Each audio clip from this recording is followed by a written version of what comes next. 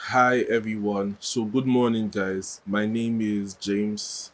Um so the Lord asked me to be doing a video every day and just post it.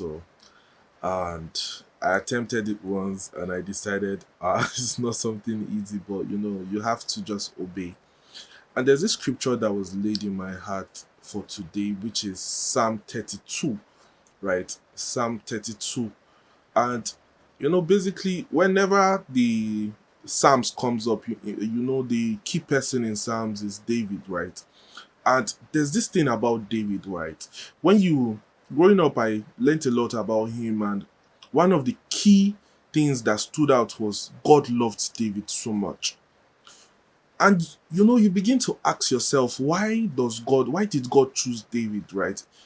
When you read scriptures about David, you begin to see that he wasn't a perfect man. He was actually a flawed person. He was like you and me, who had errors, who made mistakes. So why was God so invested in David? Being that he was just a normal person who made errors like every other normal person. So what was the key things that made David stand, make him stood out before God? What were those key things that made David loved by God the way he was? And today we'll be reading from Psalms chapter 32 from verse.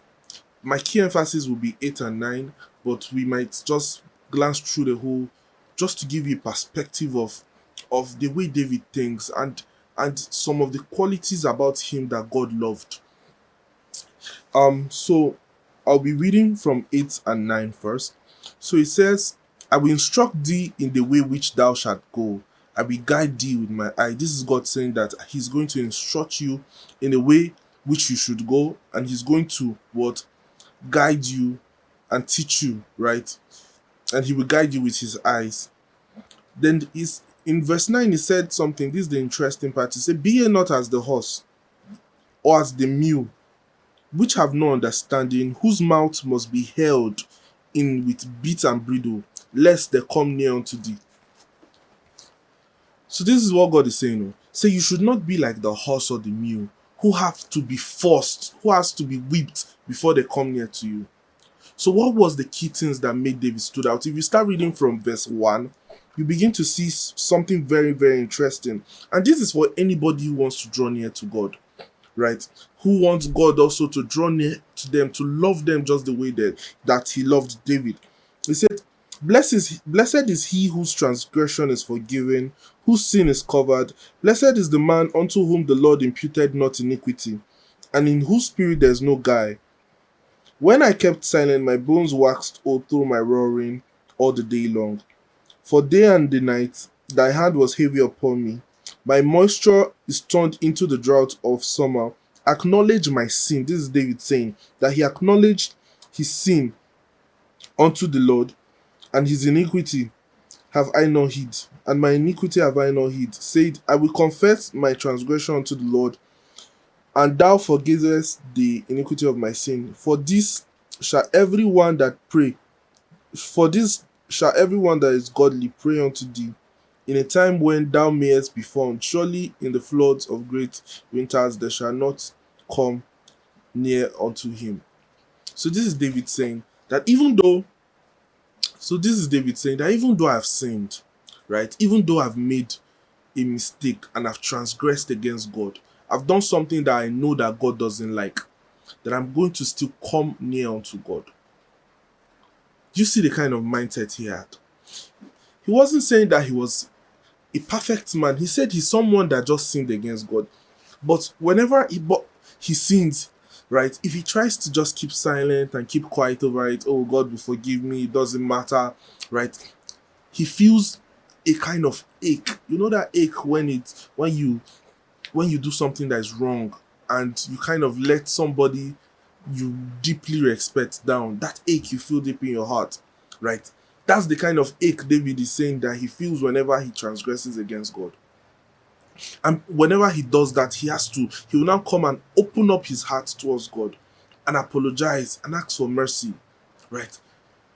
So I hope you can see the qualities of David. He wasn't someone who was perfect. He was someone who, whenever he made a mistake against God, would come back and ask for mercy. And if you now read verse 9, contrast this with verse 9 when God was saying, Be ye not as the horse or as the mule, which have no understanding, whose mouth must be held in with bit and bridle, lest they come near unto you. What God is saying here is, even if you are wrong, even if you've done wrong, even if you sinned against Him, right, just come. The nature of God is He's a loving Father who has room and space for you. It doesn't matter how much you have flawed. Remember the story of the prodigal son, right? The moment the son came in a place where the father could see him, the father ran to meet him. That is the nature of God, right? He's the one who is a loving father, and he's been waiting for you since. So whenever you come back, even if you have transgressed, whenever you turn back to him, right, he will still accept you, he will still love you, he will still celebrate and be happy that his son is now back. That's the nature of God. So I want you to be more like David. I want you to carry this knowledge of, even if I wrong God, I still have a place in him. I still know that he's my father. And God is saying, do not, you that is hardening your heart because you feel like I've offended God, he no longer loves me. God is saying, do not be like the horse or like the mule, who have to, their free will have to be taken away from them. They have to suffer before they obey. God is saying, do it willingly. He loves you. The enemy is there like a roaring lion looking for who to devour. The only people that he devours are people that are outside of God's protection, are people that are running away from God. They know that they have transgressed against God, but they are still somehow covering their sin, keeping their mouth silent, distancing themselves away from God by still committing more sin. If you want a changed life, if you want a life that is consistent, remember verse 8 where we read from, where God was saying, I will guide thee, I will show thee the way to go, I will guide you with my eyes. If you want a life that is led by God's direction, so you know what to do at what time, if you want that kind of life of excellence, it comes from a place of staying with God, so He can show you and build you up. So I'm looking forward to hearing amazing testimonies from you today, and see you guys tomorrow.